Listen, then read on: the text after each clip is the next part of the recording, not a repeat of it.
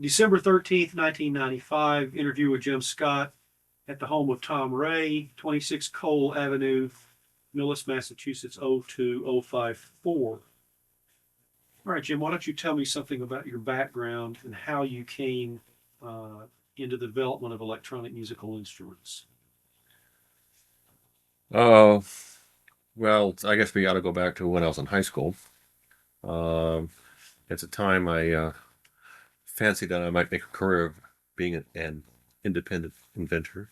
Worked on some projects. As it turned out, in later times, to actually they were uh, not such bad ideas. They were worthy of investigation by other people, unknown to me at the time. Um, I got into electronics really in the service, and had really after I got out of the service was interested in still in inventing and doing development of new musical instruments. I didn't know anything about electronic music at the time, but I was interested in inventing. I worked out a key system for clarinet, for example. Totally new, which allowed people to play at any key without a lot of finger gymnastics, which I sent to Benet one time for critique, and he got back to me and said that the mechanism was elegant and it would all work exactly as I described, but musicians weren't going to move their hand up and down the the board to change keys. uh, I went back to school.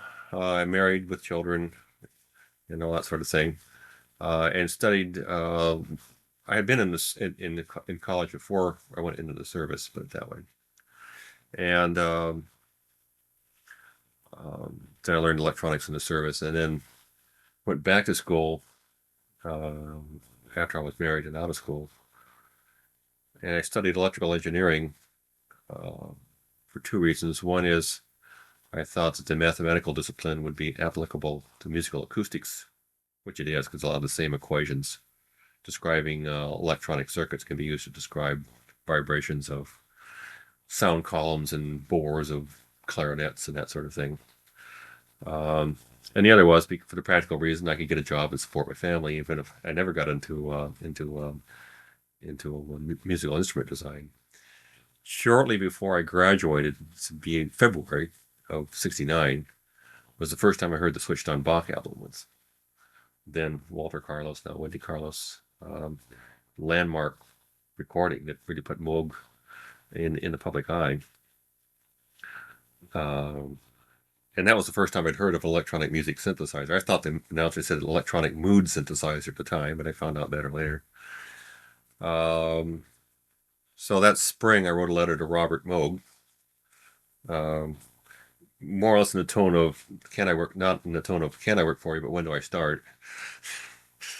And heard nothing for a couple of months. I think it was probably June or July or something like that. Well, I was getting pretty close to graduation. Uh, we don't know exactly when it was because Berkeley was on a quarter system. I don't remember if I graduated. I think I graduated at the end of summer quarter system. I got a call from Bob Moog. He was flying through San Francisco the next day. Could I meet him at the airport? Well, of course. Cut classes, and we went and talked over the possibility of my working for him. He didn't make any commitment, but invited me to go to Los Angeles, which would be a flight south from San Francisco for me. The following week, there was an Audio Engineering Society convention down there, where for the first time I saw an electronic music synthesizer, the Moog Studio System. Bob was busy um, presenting it several times a day to an enthusiastic or at least highly interested crowd in the room he'd rented. And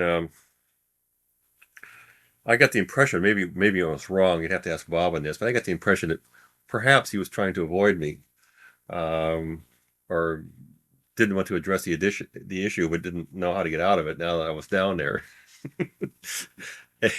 And finally, there was a common sort of an atrium where all these display rooms were off to the side, Moog having one of them. And he called me aside. We found a seat. We sat down, and we were kind of awkward for a minute or two. And finally, he said, "Well, how about 8,000 a year?" And I said yes, with no mention of how I was going to get there. It turned out I was going to pay my own way to get from the West Coast to the East Coast to start this job, which I did. And September 13th, 1969, I arrived in Trumansburg, having flown to Massachusetts a few days before. My wife and kids were staying with Grandma, and I borrowed my father-in-law's car and drove to Trumansburg. Arrived on the occasion, in the afternoon, on the occasion of the Moog Company's first, last, and only company picnic. So I went to the park and started meeting the people. So that's how I got started there. Well, what were your duties at first with the Moog Company? Right off the bat, design engineer. This would be in the most of the duties were involved with specials. Robert Moog founded the company based on making electronic musical devices for composers who wanted some special this, special that, and his heart was really in that vein of responding to the needs of composers to provide them with whatever electronic instruments or tools that they wanted.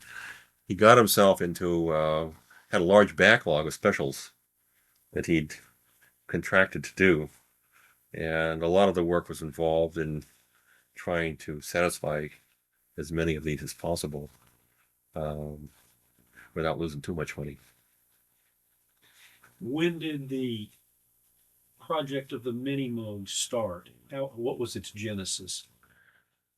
There was an engineer, Moog's first engineer, by the name of Gene Zumchek, who was the first one who was touting a design of an instrument specifically designed to go on stage and be performed by musicians in front of a crowd or in front of an audience, rather than being used in a studio with a tape recorder or an avant-garde sort of environment.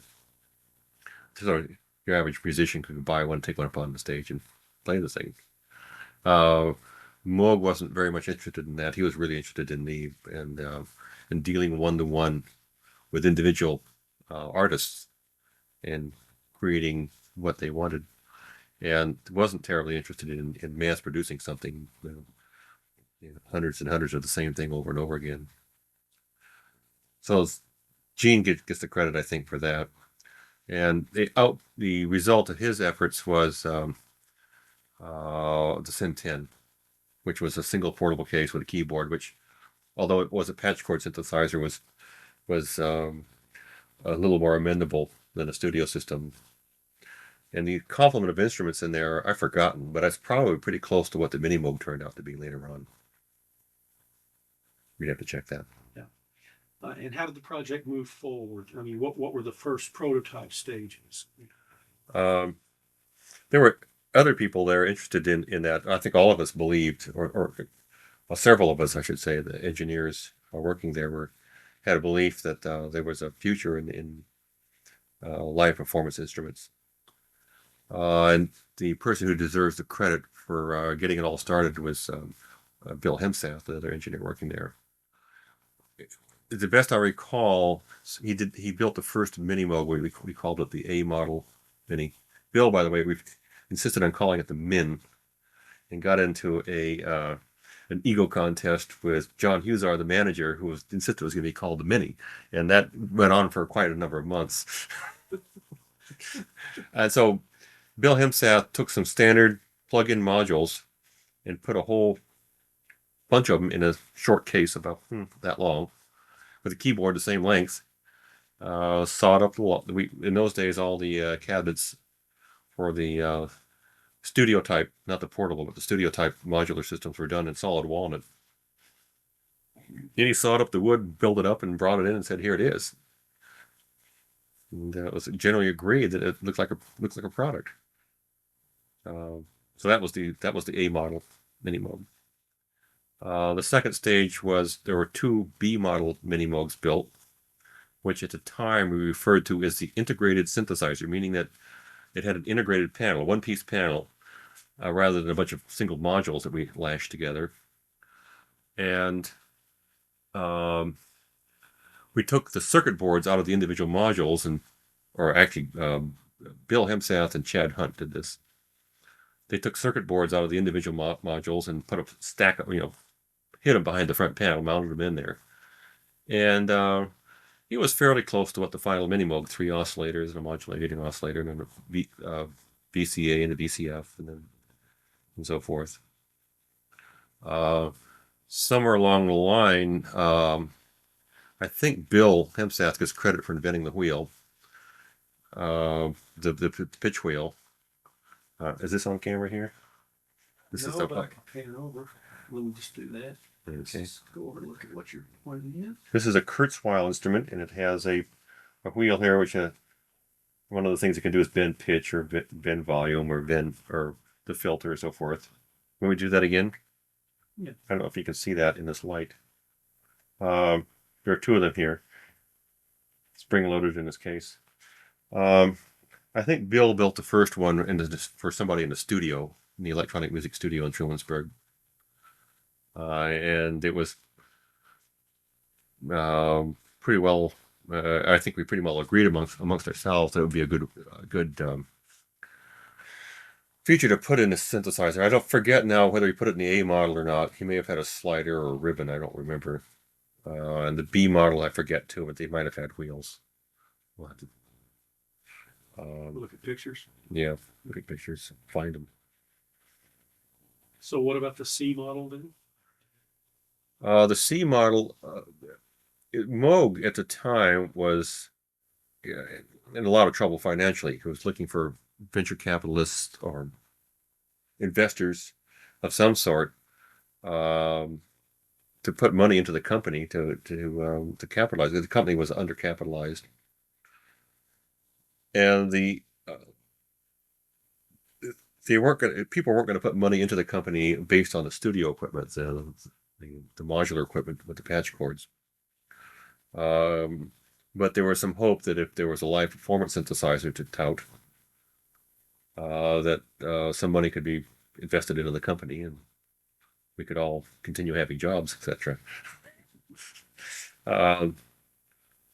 So we built 4 C model Minimoogs, which are pretty close to the production model, the eventual D model, except that the circuit boards were not laid out on standard printed circuit boards, were hand built, basically perforated boards with little pins stuck in and all hand wired behind. We built 4 of those, and I don't really know the fate of those. I know one of them for Chris Swanson had, and it was converted into a more or less a D model later on by having the production circuit boards put in it.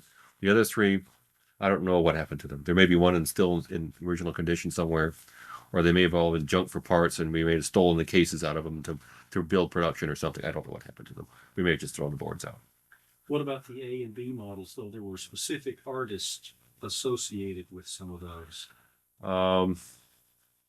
I mean, it's beginning to be quite a few years. I think Dave Borden had the A model for years, but I'm not positive of that. I know it remained in Ithaca because I'd seen it around a few times in later years. The B models, one of them was in Hemsath's possession, the guy who built the first one after the company was eventually, well, I'm getting a little ahead, but the company was eventually moved to Buffalo, and a lot of the equipment was being thrown out, discarded. So several of us stood there with waiting arms and grabbed things as they were flying through the air, more or less. And because the new owners, the new owners of the company didn't want this stuff. We'll get onto that more later. Mm-hmm. Hemsath ended up with one of the B models. The other one was loaned to Sun Ra, and until very recently, nobody ever knew what became of it. Nobody knew how to get it back from Sun Ra, so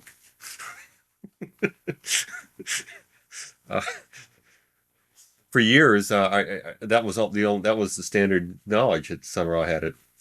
Just very recently, I talked to an acquaintance of mine in Portland, Maine, Jay Pollock, whom I met after more or less after the Moog years or in later Moog years when he was a student at Cornell.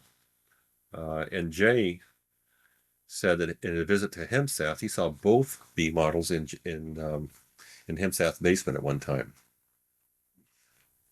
And so we know that when Hemsath relocated to Texas, he took one with him, and the other one, we don't know whether his wife destroyed it, threw it out, gave it to somebody, got sent back to Sun Ra, or what happened to it.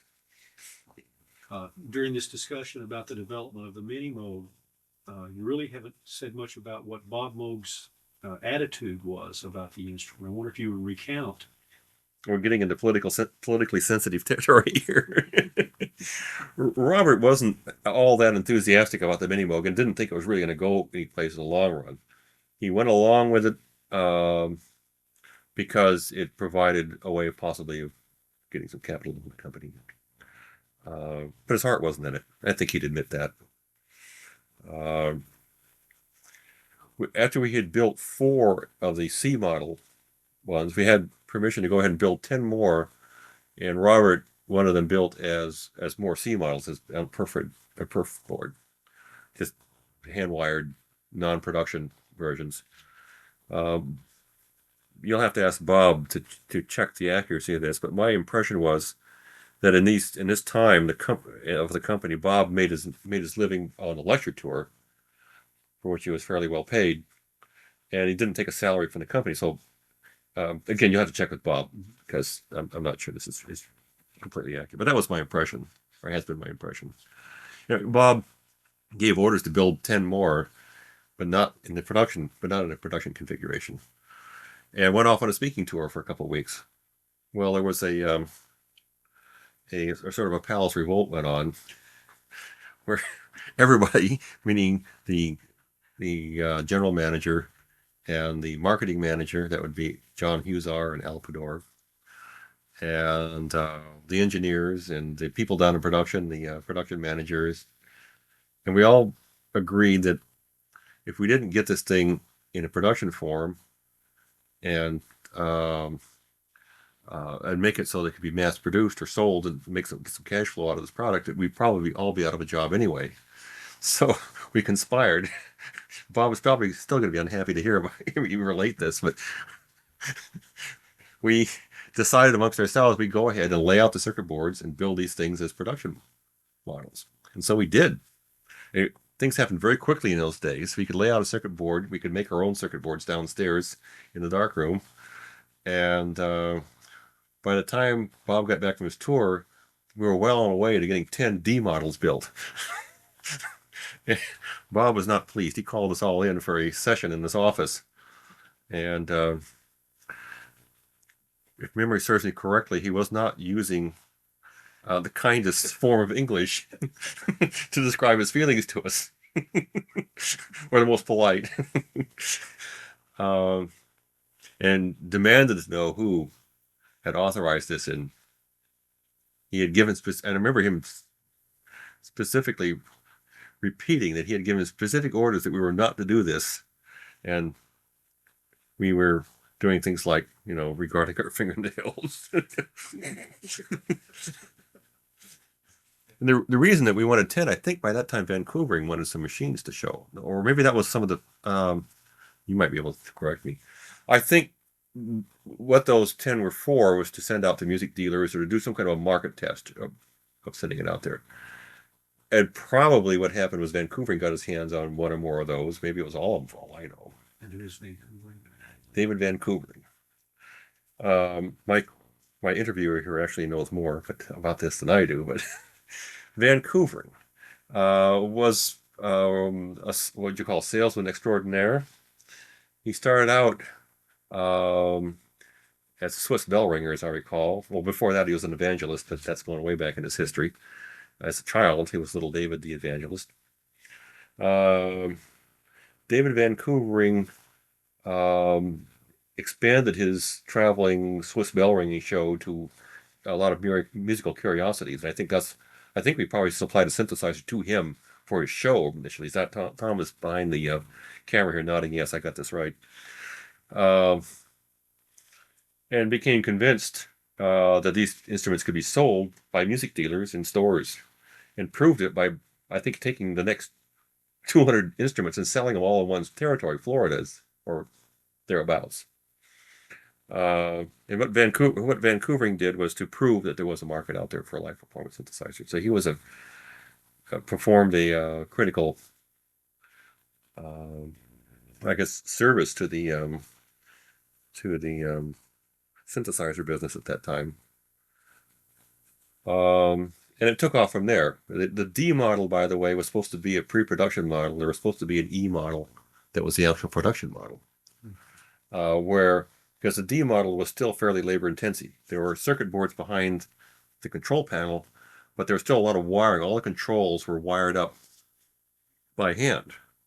And the layout of the panel perhaps wasn't the most thought out, or the most, certainly we did it in a hurry. And if you look at the panel, you can see that the groupings are a little odd. So it wasn't all very, I don't know, is this off on camera? The grouping of the controls wasn't all very regular like it is on the Micromoog here. But there was a differently spaced group here with different sized knobs, and another group that was offset a little bit in this direction over here, and the oscillator knob was up here with a big knob. And there's a blank space over here. There was nothing, because that's where we mounted the transformer behind the panel, and we couldn't put anything there. Again, with the intention of patching it up later, but as it turned out, those groupings were very useful, because your eye could see the groupings of controls, and all the filter controls were right there, and whatever other controls were right there, and all the other whatever controls were in this block. And it really helped, I think, in using the instrument live and making adjustments without grabbing the wrong knob all the time. You want to lead in with a question, or? Well, you were mentioning the idea of the actual development of the Minimoog, On how we decided on the complement of functions. that was fairly easy. There was an electronic music studio in the plant in Trumansburg that was actively used by musicians. The musicians that had access to it all the time were David Borden, Chris Swanson, and David Ruther also was in there using it. Some was primarily a photographer, was a friend of Moog's, and was in there doing some things. And also, we had a lot of musicians coming in all the time using the studio, because any musician who bought a studio system, which came in 3 sizes, a 1, a 2, and a 3, got either 1, 2, or 3 free days instruction in the studio. Since we didn't have any manuals, you had to pay your way to Trumansburg, but if you got there by one way or the other, you got an engineer, usually myself, or maybe Hemsath or Moog if he was in residence, or the musician was of sufficient stature, and we taught people to use them. And so we got to see how people were using these instruments all the time. And sometimes you had people coming in who had been experienced for years had been with Moog from several years before, and we'd just see how people were using them. And although it was the patch cord synthesizer allowed unlimited freedom in how you connected modules together to produce sounds, typically musicians would do the same thing over and over and over again. They take 3 oscillators in a bank, tune them to the same pitch or in octaves or something like that. This being, you must recall, all monophonic in the bad old days. There were no polyphonic synthesizers. And take 3 oscillators, mix them together, run them through a voltage-controlled filter, through a voltage-controlled amplifier into the output. And then they'd probably use a second oscillator to control modulation depth for vibrato or tremolo. And they would do this over and over and over again. This was the basic voice they used. And then you could build up polyphonic or homophonic music or whatever, 1 track at a time. And the recording process was play the tape, record a track, back up the tape, play the next track on a 4-track or 8-track machine. We had both 4 and 8-track, 2 4 and 8-track machines in the studio. um, and get it all mixed down and end up with a composition. So that's how the MInimoog came about. The same basic connection was being used over and over again. So that's what Hemsath did with the first AMOG. He saw what people were using all the time and just put that in a box with the keyboard. Tell me something more about Chris Swanson and his relationship with your company. He made the first demo, I believe, on Evatone record. I wasn't, I don't know anything about that. So I can't tell you about that. Chris Swanson is a jazz musician, composer, and arranger. Not well known publicly to the public at large, but fairly well known within the jazz industry as a composer and arranger. And I believe he composed and arranged for Count Basie and that sort of thing. So, he's up there at the top. Was the ribbon controller available during your tenure at Moog? Oh yes, it was a product that was there when I arrived. I arrived there in fall of '69 when I got out of school. Chris heard heard some electronic synthesizer music and decided that was the way music might be going in the future. And so on the strength of that, again, we can check this with Chris when I see him sometime, moved to Trumansburg and said, here I am. And had a position of a studio musician. I think he was the studio or the composer in residence or some such position. And at one time, he was actually getting paid something for this, not much, but and he did some of his early work that he did in Trumansburg, I think, really demonstrated to other composers that this thing was really a musical instrument. That they were some of the people that had been around for a long time, and I'm throwing names around now, not knowing if I have them correct. People like Usacheski and so forth were amazed at what he'd done as a musician with the instrument. So that's how Chris came into the picture. And then Chris has made a number of albums over the years. Some of them are purely electronic and some are electronic plus jazz instruments. And He had a trio, though.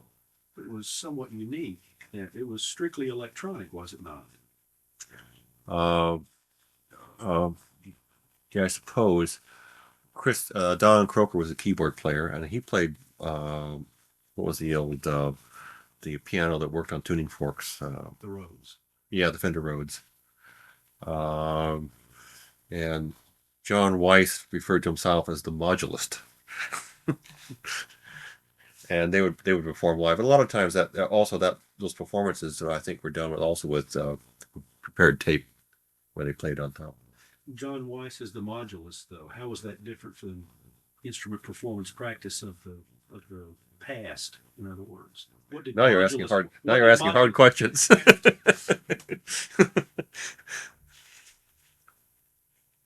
Oh boy, I got that. I got to start out of that one. What is the concept of modulation on a synthesizer then? Well, maybe we should talk about that first. Okay, defining modulation is hard enough. You know what it means. The problem isn't defining it. It refers to imposing some kind of a change, I suppose, on a musical timbre. A simple example would be vibrato or tremolo, but they can be much more elaborate than that. Or I suppose if you do either vibrato or tremolo very fast, instead of a few cycles a second, if you're doing it thousands of cycles a second, doing the same type of pitch changing or volume changing, then you get into clangorous sounds associated classically with an instrument known as the ring modulator, which is just a technical term for fast modulation. Sort of an early precursor of FM synthesis. In fact, FM synthesis and ring modulation are basically the same thing. It's just the ring modulation is pretty crude. by comparison. But it's where the I guess is the FM synthesis really. I guess you could trace the roots of FM synthesis back to that if you wanted to be academic about it, and have a plausible argument. Do you want to talk some bit about the Micromoog, which you developed, or do you want to talk some more about the MInimoog? Let me talk a little bit more about the MInimoog. Okay. I wanted to talk a little bit about the way we actually got the production models done. There were four. There are a lot of engineers working for the Moog company. I think there were, one time I counted 8 engineers and 1 technician. Even the sales manager, Pador, I think, had an engineering degree. And so the engineers basically did all the work. You designed the circuits, you laid out the circuit boards, you built the first prototypes, you took them down to you made sure the production knew how to build them, developed the test procedures, assembled the first units. In the case of the MInimoog, 4 engineers worked on the MInimoog. There was myself and Chad Hunt, whose main responsibility was the Moog MRS tape recorder. Perhaps we can talk about that later. Bill Hamsather, Robert Moog. And we each took a portion of the project and said, okay, I'm going to lay out this board. There were 4 main boards in it. I laid out the envelope generator. Moog did the oscillator. Chad Hunt, I think, did the DCA, and Hemseth did the filter, or maybe it was the other way around. And Let's talk about the oscillators, because it became a big subject of discussion amongst musicians as to oscillator drift and so forth. Another politically sensitive issue. The famous Moog drifting oscillators, right? Sure. The original Moog oscillators, we have some around here, as a matter of fact. You can show them from the side, from the front, from the other side. This is a Moog 921B oscillator. These were, by the way, grouped in banks of 3 very often in the original instrument, which is carried on into the MInimoog. Was a design, it was fine for its time. It was designed in 1965. The 901. The 901. Yes, the 921 was not much different. I mean, Would you talk about that lineage then? Which was done first and so forth? On the oscillators themselves? Yeah. Well, the 901 was just the model number giving of the original oscillator. And the key, I suppose it was Bob's innovation. You'd have to ask Bob to know to be sure, but I think it was Bob's innovation. Feature of the oscillator was that the pitch rose exponentially in response to a linear increase in control voltage. And the importance of that is on a keyboard, I don't know if you can see this keyboard or not, but I don't know if you want to, up here you can see this keyboard. If you go from an octave from C to C, the pitch changes here on a ratio of 2 to 1. And if you go up another octave, if we could go that far, the pitch goes up at 2 to 1 again. So if this is 100 cycles a second, then this is 200, the next octave is 400, next octave 800. Keyboards themselves, just as a technical issue, detail, don't readily lend themselves to producing voltages that rise in exponentially. They like to produce voltages that rise linearly. That is, the way Moog scaled things, which is perfectly logical, was 1 volt per octave. If I push here, I get 0 volts. If I push here, I'm going to go up an octave, 1 volt, 2 volts. If this is a longer keyboard, 3, 4, 5. So 5 octaves, I drop 5 volts.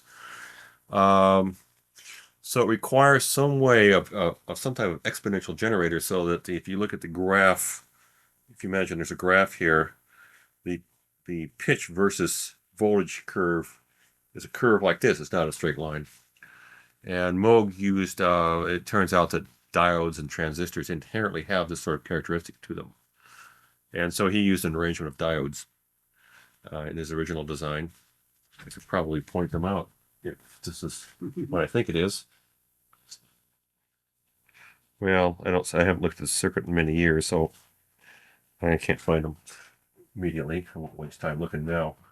I used an arrangement of diodes to do that, but unfortunately, the diodes transistors are unstable with regard to temperature. You warm them up a little bit, and the scale changes. That is this might no longer this might have been initially adjusted for a 2-to-1 pitch change as you raise up an octave, may in fact go a little sharper, a little flat, and also the range as the base pitch may shift also, so that you may, but at the bottom it may have originally been B is now C or something, and it would drift that much. But that was about the best you could do in 1965. And so for its time, it was a great, this whole, well, the whole concept of voltage control was Bob's great contribution. I don't know if it was original with him. It probably was, but it could be argued, I suppose. But certainly Bob was the one who used voltage control in a thoroughgoing way, because everything was voltage controlled. The pitch of oscillators, the loudness of the amplifiers, the timbre of the filters, and so on and so forth. Everything was capable of being controlled by voltage, and therefore capable of being modulated by an envelope generator, by another oscillator, by a signal from voice in a microphone, whatever you wish to do. I'm beginning to drift around here and forget where I'm going. Do you remember where I was going? Oh, we're talking about oscillators. Talking about oscillators. So, for design in 1965 was a real breakthrough. But, and for the type of use they originally were used for, which was in studio use, where often you were doing atonal or avant-garde music where you weren't working in normal pitch scales anywhere, or it was more, or the sounds were maybe the constant pitch didn't apply too much. If you're talking about clangorous sounds, it doesn't apply as strongly. It was a wonderful thing, but as time went by, and people began to play more and more live, especially,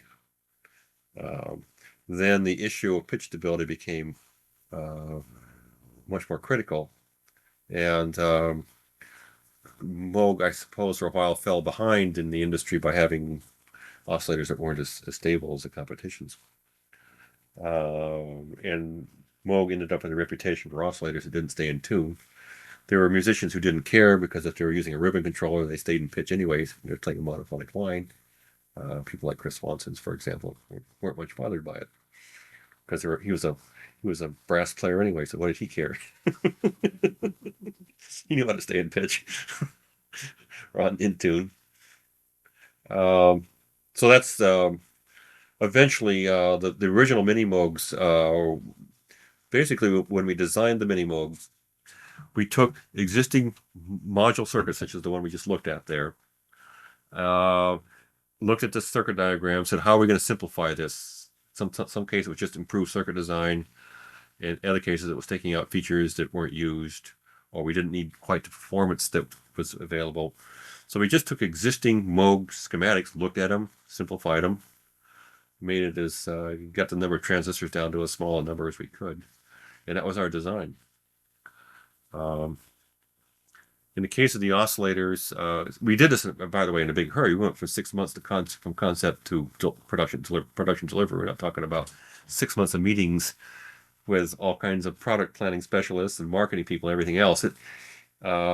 Basically, it was an engineering-driven company at the time. We all knew what we were doing. All of us engineers working there were basically frustrated musicians. Either we didn't pursue a career or didn't have the talent. In my case, I didn't have the talent to play, so that's the best I could do. Um,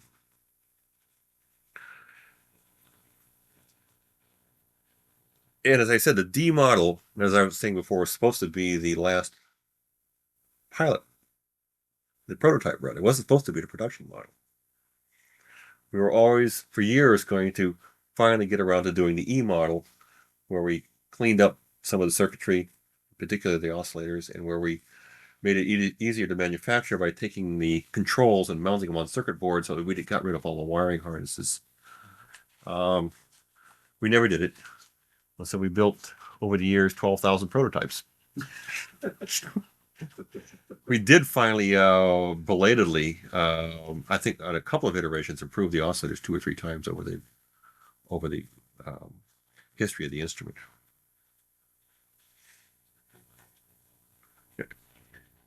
So the 6 months from concept all the way through Model D, what time period was that actually?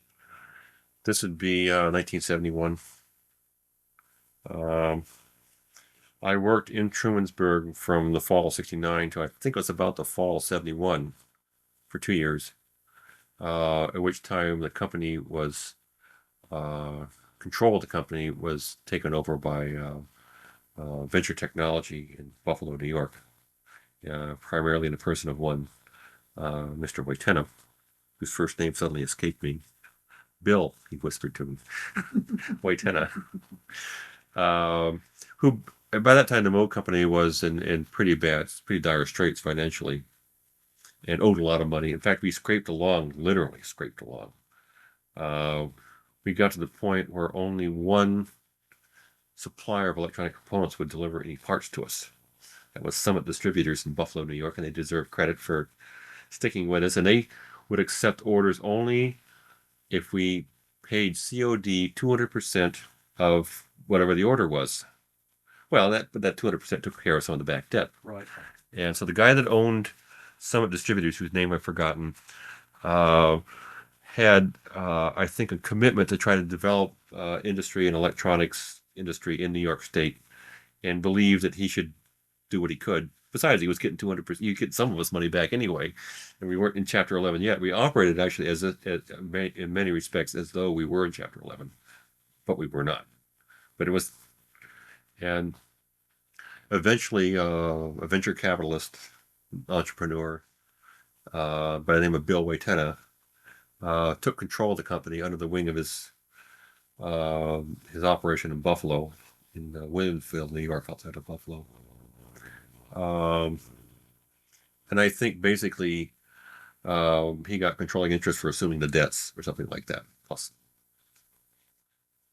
the original intention was for the studio manufacturing of studio equipment, patch cord equipment, and research and development to continue in Trumansburg, and he'd do the mass production of the MInimoogs, which by that time are beginning to sell pretty well, in Buffalo, along with a second synthesizer that his own company had developed. And that we should probably talk a little bit more about Zumchak's role. Gene Zumchak was Moog's original engineer. Gene and Robert Moog had their differences over design and so forth. And eventually, and they had some strong disagreements. Eventually, Robert fired him. And Gene Zumchak then returned to Buffalo, New York, where I think Wojtena and Gene Zumchak were relatives or cousins, or his uncle once removed or some such thing. Both Ukrainians. And he talked Zumchak talked Wojtena into developing an electronic music synthesizer. Zumchak was not the most careful circuit designer in the world, and quite properly, Zumchak enlisted a outside circuit designer to do the actual circuit design. Zumchak certainly knew what to design, but it's doubtful that he could have designed an instrument that would have been practical in production. And I forgot the guy's name who did the circuit design, but Wojtyla, being a person that you had to be a little careful if you wanted to be trusting, uh, was known to the designer. And so the designer stipulated that yes, he would do the circuit design, but for 25 bucks an hour back then was a lot of money.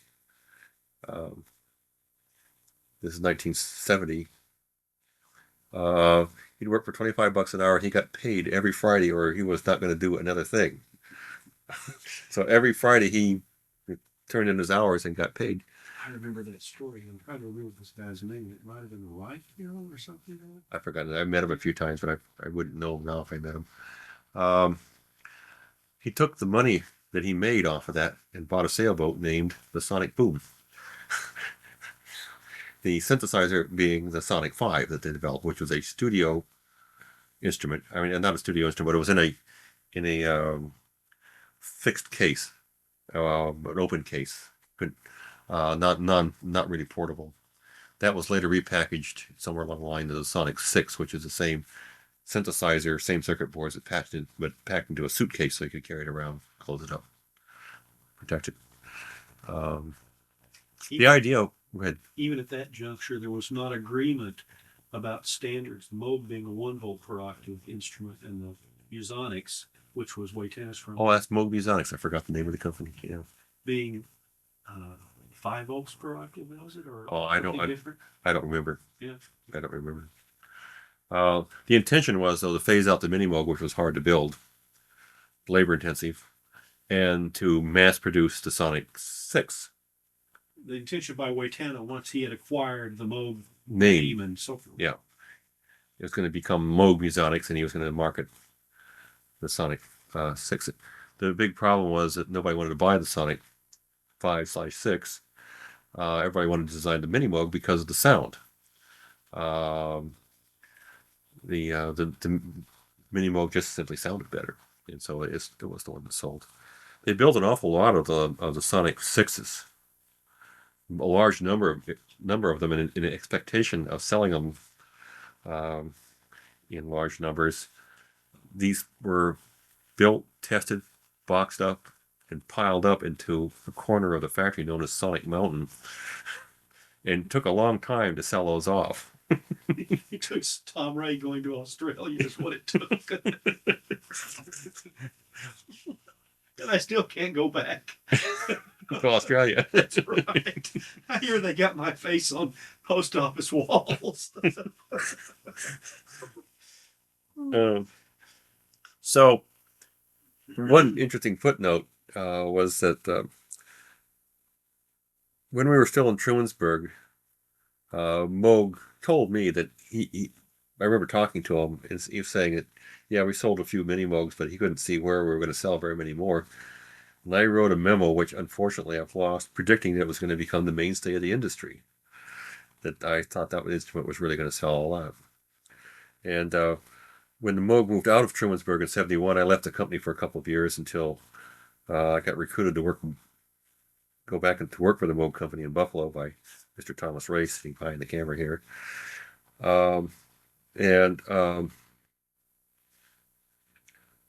So I went back to the company after being away for a couple of years, and one of the first things Moog said to me was something to the effect that, who would have believed that we would have been selling Minimoogs the way we were, because it had become the mainstay of the company, and certainly the company would have gone under in fairly short order had it not been for the Minimoog. But he had totally forgotten. I forgot what his words were, but he had totally forgotten what I had predicted or discarded the memo or something, and it was expecting me to be amazed that it was selling so well. And for the life of me, I could not find a copy of that memo. I looked all over at one time to try to find it. I kept copies of most of the memos back then, but that one I don't have. In your new guys, in your second generation of working with the Moog company, what projects were you involved with? Some of it, a lot of it was still involved with some of the studio equipment, the patch cord stuff. Um,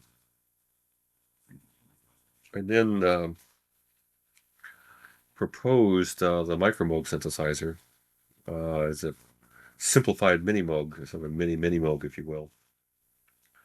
A one oscillator instead of three oscillator instrument. Um, this one here, you can see this instrument here, which was uh, when some interest. By that time, Northern Music had come into the act as a suitor to come into and eventually take over the, the Moog company. Um, and Norland expressed an interest in it, and in order to circumvent the process of trying to design this thing by committee, and by this time we had marketing people involved who um, probably would have killed it right at the outset with a bunch of meetings. I offered to build a prototype first as an arguing point, build one, take a look at it, and take it from there. I was asked how long it would take me to build it, and I said 2 weeks, and I was not believed. But of course, I had completely designed it already, and I had all the parts on hand. So it was a hard 2 weeks, but I built the Micromoog. And 2 weeks later, I had it done. And And I remember that model. It had a paper front panel, didn't it? yeah, that's right. I got somebody in the shop to saw up some walnut to make the case, and punched the holes in the metal in the panel, and that was right. It was just a drawing of the front panel run off on a blueprint machine, or white print machine, more technically. Blue lines on white paper, and glued on, and that was the panel. Um, what was his name? Uh, the Roger Powell was the musical guru, I suppose you would say, involved in this thing. So 2 weeks later, I hopped on a plane with this thing in my lap, flew to Chicago, and I suppose Ed Sokolowski was there. One of the other people with Norland Music, and Roger Powell. We got into a room, and Roger played up and down the keyboard and said that keyboard is impossible, which it was. I'd done it with typewriter type keys. Tom Ray said the same thing. You got to put a real keyboard on this thing. But as far as the functions and so forth, it looked like a good instrument. And so we took that same design, put it in a little bit bigger case, and there it is. How many did we sell over the years? 4,000 of them? Oh no, I think it was more than that. More than that? Yeah, there were 13,000 Minimoogs sold. 13,000. Yeah. 12, 13. Somewhere between 12 and 13. The number that sticks in my mind is 4,000 of the Micromoogs. Oh, I can find that. Yeah. I mean, I'll research it. The design evolved quite a bit. I mean, it wasn't. I mean, or was it pretty much the way you had done the prototype? No, there was very few changes. It was Yeah. almost exactly. Yeah. The ribbon, I had a ribbon controller built in here and a wheel. And then that was something new. The ribbon controller. The Moog company had an old ribbon controller, but on this kind of a small instrument. Why don't you talk about that? The ribbon on the Micromoog. I didn't get, hang on. I guess the Minimoog didn't have a ribbon on it, right? It had two wheels. The ribbon was used primarily, well, I guess only as a pitch controller. I've been so long I've forgotten what I've done. Mm-hmm. I was used as a pitch controller. There's a little detent or a little mark in the middle here, and it raised or lower the pitch, I think, a fifth, musical fifth, and it was scaled such that it was not very sensitive here, so you could make fine gradations in pitch, as in sometimes maybe just to detune them deliberately, sometimes maybe to do a little vibrato, or you can do this sort of business by moving on long range. one of the features of a ribbon is when you take your finger off, pitch jumps right back to right on pitch instantly. So you should take your hand off of it. The person that I remember using the ribbon to great effect for controlling pitch was Chris Swanson, because the synthesizers of this era, this one included, being one note at a time instruments, there's no use having both hands on the keyboard anyway. You do everything with your right hand. So why not bend or tune or detune pitch with the left hand?